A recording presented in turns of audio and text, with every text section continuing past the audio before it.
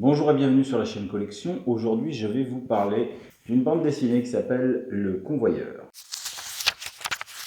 Le Convoyeur aux éditions Le Lombard, les dessins de Dimitri Armand et le scénario de Tristan Rollo. Et qu'est-ce que ça raconte Le Convoyeur? Nous sommes dans un univers post-apocalyptique où une maladie appelée la rouille est arrivée et a attaqué tout ce qui était ferreux. De ce fait, bien les infrastructures, les véhicules, toutes sortes de matériel contenant du métal a fini par se désagréger.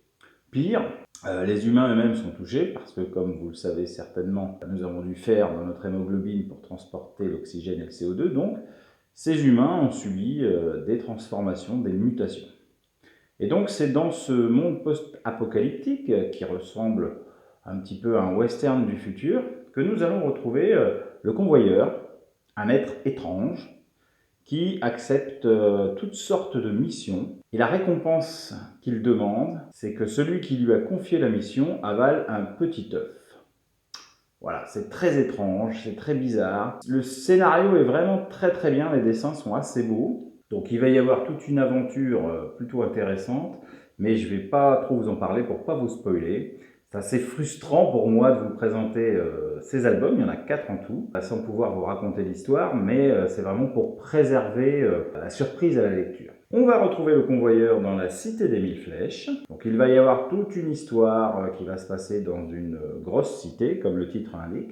Cité qui ressemble un petit peu à la cité de Carcassonne, étrangement. En toile de fond, il y a une autre histoire qui se déroule, où on va rencontrer un autre personnage, Minerva, une chasseresse, qui tente de tuer le convoyeur. Donc elle tente une première fois, bon, il arrive à en réchapper.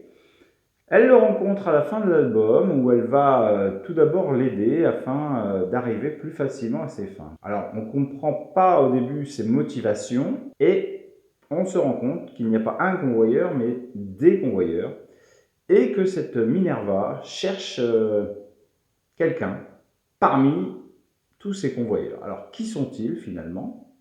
Pourquoi y en a-t-il plusieurs? Qu'est-ce qui relie tous ces convoyeurs? C'est un petit peu ce qu'on va découvrir dans la suite. Dans le tome 3, on va retrouver Minerva qui continue sa chasse aux convoyeurs, toujours à la recherche d'une personne bien précise, et elle va réussir donc à la fin de cet ouvrage à retrouver la personne qu'elle cherche. Je note que dans ce tome 3, j'ai un petit texte libriste très sympa. Donc dans ce dernier tome, nous allons retrouver Minerva, qui donc dans le tome 3 a réussi à retrouver la personne qu'elle cherchait sous les traits d'un convoyeur. Mais il y a encore un lien, ce lien qui unit tous les convoyeurs.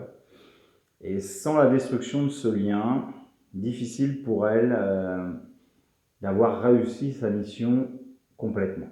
J'ai là aussi un petit texte libriste très sympa. Au final, 4 albums très sympathiques, avec une histoire atypique, dans un univers, ma foi, assez intéressant. Je vous conseille vraiment cette série, c'est très sympathique. Si vous avez aimé cette vidéo, n'hésitez pas à lâcher un pouce bleu et à vous abonner.